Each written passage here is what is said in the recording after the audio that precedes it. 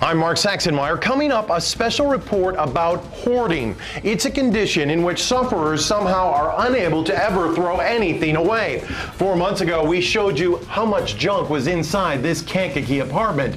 The woman who lives here has now undergone extensive therapy, and in just a moment, we'll show you how much her home has changed. Everywhere you look in her home, it's cluttered with junk. She's trying to beat an obsessive-compulsive disorder called hoarding, which affects millions of people. Many experts say it's almost impossible to cure. In our special report, Mark Saxonmeyer shows us how one local woman is trying desperately to prove them wrong. She has lived here in rural Kankakee County for years, shuttered from the world. Katie Murray has been harboring a painful secret, she says, for far too long. I know living like this is abnormal. Her two-bedroom basement apartment filled to the brim with boxes and piles and stacks of stuff. What's in here? It's all my medical records. Medical records. And you're keeping them in the dryer because? So I'll know where they're at. Stuff from rummage sales, dollar stores, garbage bins. Katie is constantly bringing more stuff home. What were you thinking to do with this? I'll be honest with you, I didn't even know where I got it, and I don't even eat popcorn, so. 4 months ago, Katie finally decided to seek help. I've already wasted 25 years. She began meeting with both a certified professional organizer and a clinical psychologist. Katie struggles with the urge to keep things so that she can give them to somebody else and they can say thanks. And maybe that gives her a sense of feeling worthwhile. Or it's projects that she thought she would get to, but then never did.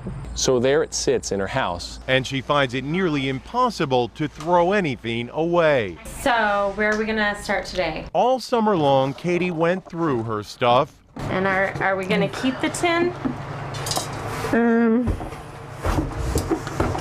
No, I guess we could toss it. One item at a time, Is that something that you enjoy or would like to be using? trying to decide what she could actually part with.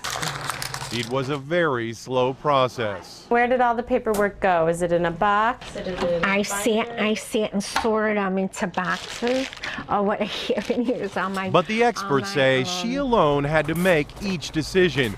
If they or anyone else were to just start tossing stuff out, It probably would have traumatized her and not only would have allowed more stuff to come in, but it would have come in faster and it would have stayed longer. All right. Good job. One down. and through therapy, Katie learned how to resist her urges to hoard more. It's okay to have the thought, but that doesn't mean I have to act on it. Right. 2 days ago, Katie's apartment looked like this. I've succeeded more than I've slept. What's in here? Nothing.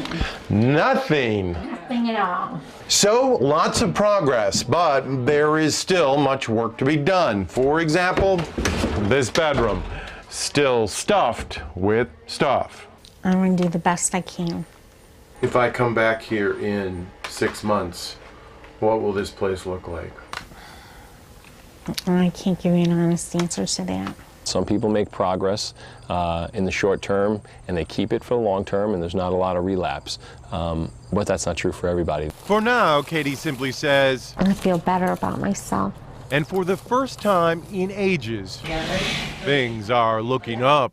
So little by little, there's not as much stuff. Mark Saxonmeyer, Fox News.